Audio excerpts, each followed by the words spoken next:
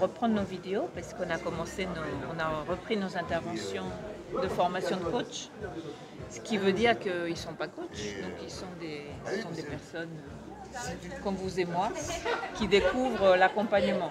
Le coaching, la thérapie, l'analyse, c'est pas la question pour l'instant.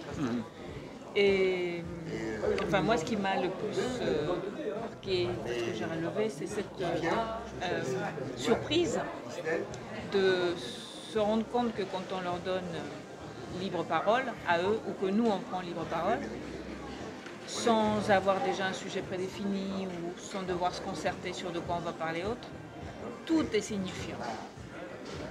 Tout est signifiant. Au point qu'après ils ne veulent plus parler. Et bon, et j'avais, je ne sais pas si tu vas parler de ça, ou qui est plutôt théorique, hein, parce qu'en fait c'est la libre association d'idées, ce qui crée des chaînes signifiantes.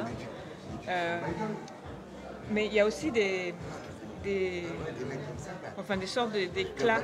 On peut maîtriser son vocabulaire, sa façon de parler, là, comme je suis en train de faire là, mais on a quand même quelque chose qui nous échappe toujours.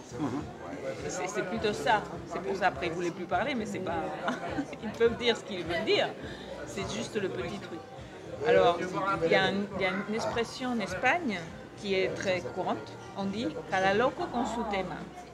Ce serait chacun son délire. On dit chaque fou son thème, mais chacun son délire.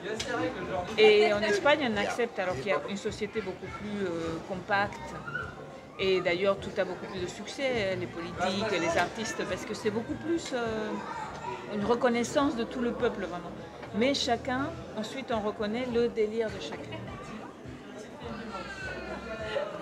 Donc pour moi, enfin, en tant qu'Espagnol, je me dis, pourquoi ça les surprend autant, enfin, comme si, pour moi, comme je viens de là, je sais que chacun son délire et qu'on est tous ensemble.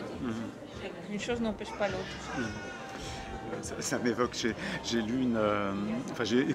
entendu une phrase d'un auteur, Mathieu Terrance, qui parle du grain.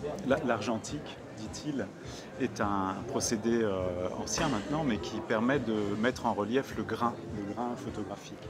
C'est ce que je viens de faire pour la vidéo, pour qu'on voit bien le grain de peau. Et il dit il faut prendre soin de tout ce qui est de l'ordre du grain. Le grain de peau, le grain de papier. Et les aspérités de langage. Et le grain de folie. Enfin, et celui des dingues, en fait. C'est mieux. Voilà. Et donc ça me fait penser dans ce qui est signifiant, c'est vrai qu'une des manières d'être en lien, c'est de tutoyer ou vous voyez. Et un des points sur lesquels moi je me porte plus aujourd'hui, c'est que je vous vois, et un des étudiants, comme tu dis, apprenti coach, m'a demandé si on pouvait se tutoyer. Et j'ai dit ni oui ni non, en essayant d'interroger le pourquoi du tutoiement, et ça a créé un froid, en fait. Bon, sachant que moi je vous vois aussi et que ça n'a rien fait de tout ça. Voilà, donc ça c'était signifiant, mais on n'a pas déplié. Après c'est intéressant, mais on continuera parce que chacun son délire, mais après il y a l'histoire de l'adresse. À qui je donne à voir mon délire? Oui. À suivre.